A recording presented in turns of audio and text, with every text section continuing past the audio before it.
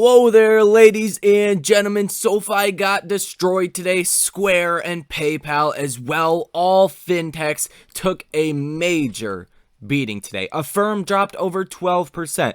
It is getting bloody on Wall Street. But we're going to go over exactly why this is and why this could be the dip of a lifetime by the time it is over and make all of you guys a ton of money. So obviously we are going to focus on SoFi, go over the institutional option flows for the day, the block trades, sweep trades, as well as large trades, the short interest, because that is definitely having a contributing factor to what we are seeing in the fintech space. We are going to go over the technical analysis as well, and on top of that we're going to go over some data points that are going to be coming out throughout the rest of this week, Friday, and even starting next week.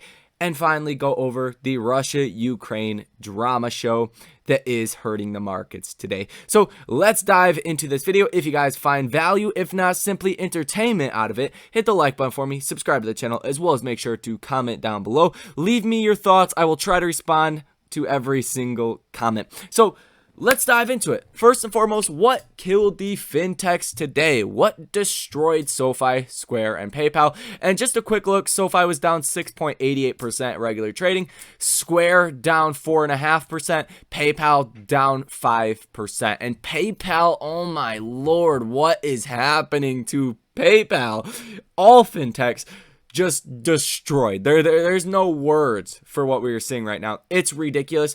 They're all substantially under where their fundamental valuation actually is. And it's hard to even fathom that back in August, PayPal was $310 a share. Now it's $105 a share. That is ridiculous. Same story with SoFi as well as Square, but I don't want to focus on those two as much. So really why the fintechs are getting extra destroyed today is because Fed Bullard says inflation could get out of control, so action is needed now. He is obviously the most hawkish member of the Fed, and actually the only one I think has a little bit of common sense. And I know you guys are probably like, why are you saying that? Well, they need to raise rates. They need to get rates up. So when the economy slows down, they can cut rates, and that will be very, very good for the market. So basically, we are sacrificing and delaying short-term pain for longer-term pain right now. The longer the Fed waits to start raising rates, the longer this is going to drag out, the longer the pain is going to be here. I would rather have a sharp drop and then start to get back to some kind of normal market, right? But that's not happening. And exactly why that is so hawkish or so bad for the fintechs, including SoFi, is because when you talk about, and specifically have a Fed president, a voting member, saying we need to raise rates as fast as possible, up to 1% by July, that cuts away a lot of that borrowing demand. So you're going to see less refinances. You're going to see less, credit cards. You're going to see less spending done, less loans that are being taken out, and that hurts the fintechs a lot. And SoFi more than most, because SoFi's main business segment is their student loan refinancing. When rates go up, it's not as advantageous to refinance things, right? Their home loan sector as well as their auto loan sectors, those are obviously very much interest rate dependent. Now, you could still see good numbers at SoFi because they cross-sale with a lot of different products, right? If you refinance your student loans, you're more likely to buy a house through them and then buy a car through them and then even invest with SoFi Invest. So they are branched out a lot. So I don't think it's going to actually affect SoFi's business as much as the markets are pricing in. But nevertheless, that is why SoFi fell so hard today. On top of that, you did see a lot of baby mama drama between Russia and Ukraine. And this actually came out last night. So Lugansk People's Militia situation in Donbass has deteriorated as Kyiv tries to escalate conflict. And what essentially happened late last night is there was some mortars, there was some bombing, some RPGs hit a school, they hit a couple other buildings, about 4 different targets, and that was Ukraine firing on them. And these are like separatist terrorists that Russia sends into Ukraine to fight the Ukrainian government. And they actually have a sector of Ukraine that is basically theirs, right? There was the cease agreement since 2015. and there really hasn't been too much fighting since then. But now it's starting up again. So Russia made some claims, about they will protect those people, all of that, a lot of back and forth drama. If that does continue to escalate, then I do think the markets would obviously sell off a lot more. And we're just going to have to wait and see what happens here in after hours and what happens throughout the night, because it is nighttime over there. And if they do invade, it will probably be sometime at night, and we will more than likely wake up to an invasion if that happens. I still don't really think it's going to happen, but that is also causing a lot of pressure on the markets, and mix that with Fed bullish statements. It definitely means SoFi is in for a little bit of a beating, but this could actually be the dip of a lifetime. If we could see SoFi, which I don't necessarily think is going to happen, but if we could see SoFi at $6, $7, $8 per share, that is a phenomenal deal. And if SoFi only meets their expectations, SoFi doesn't even have to do better than what they've already projected for us, then SoFi is going to be a phenomenal investment heading throughout the next couple of years and in the indefinite future. And just to be honest with you guys, SoFi reminds me a lot of Square back in 2015 when it was trading at $18 per share. Look at that stock. It ran up all the way to about $300 per share last year. Now, obviously pulled back a bit, but that's kind of what SoFi reminds me of. It's the super app. It's something I think in 2 or 3 years from now, people will be wanting to buy a lot of SoFi. There will be a lot of demand. People will finally, Wall Street will finally, see the light bulb go off and say, hey, this is a business that is now becoming profitable that could really be here to stay and disrupt all of the financial markets. So that's why I think really the fintechs, but specifically SoFi, could be the buy of a lifetime when we do ultimately see the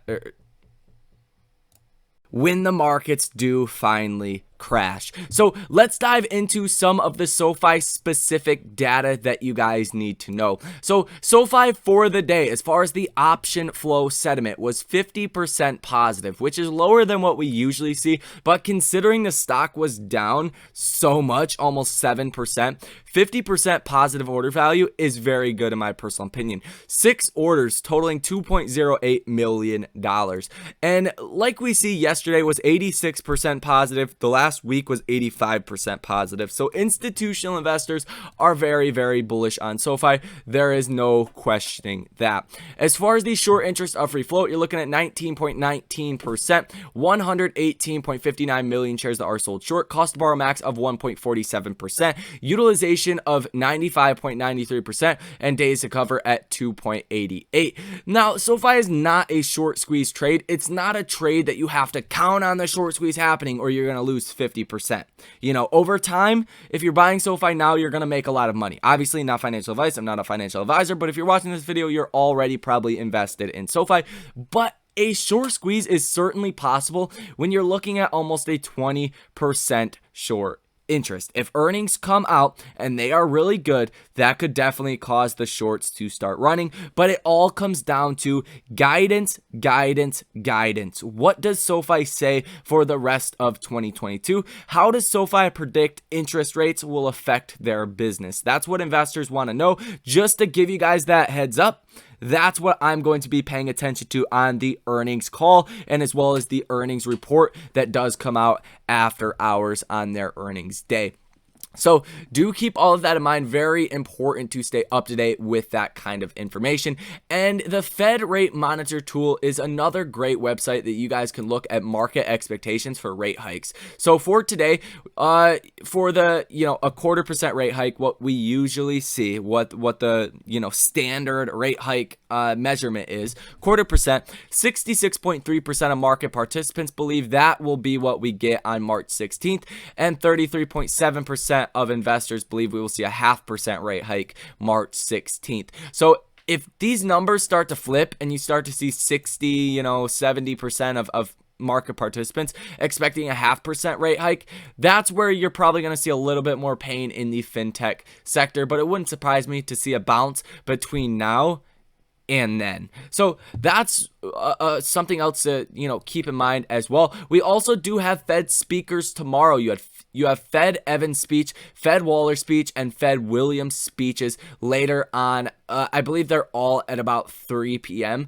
through 4 p.m. tomorrow Eastern Standard Time. So that could also move the markets, quite dramatically. And then you also do have Fed Brainerd's speech. But all of these people, they are, voters of the Fed, but they tend to be very dovish, so that could actually help out the markets on Friday. So looking good right there.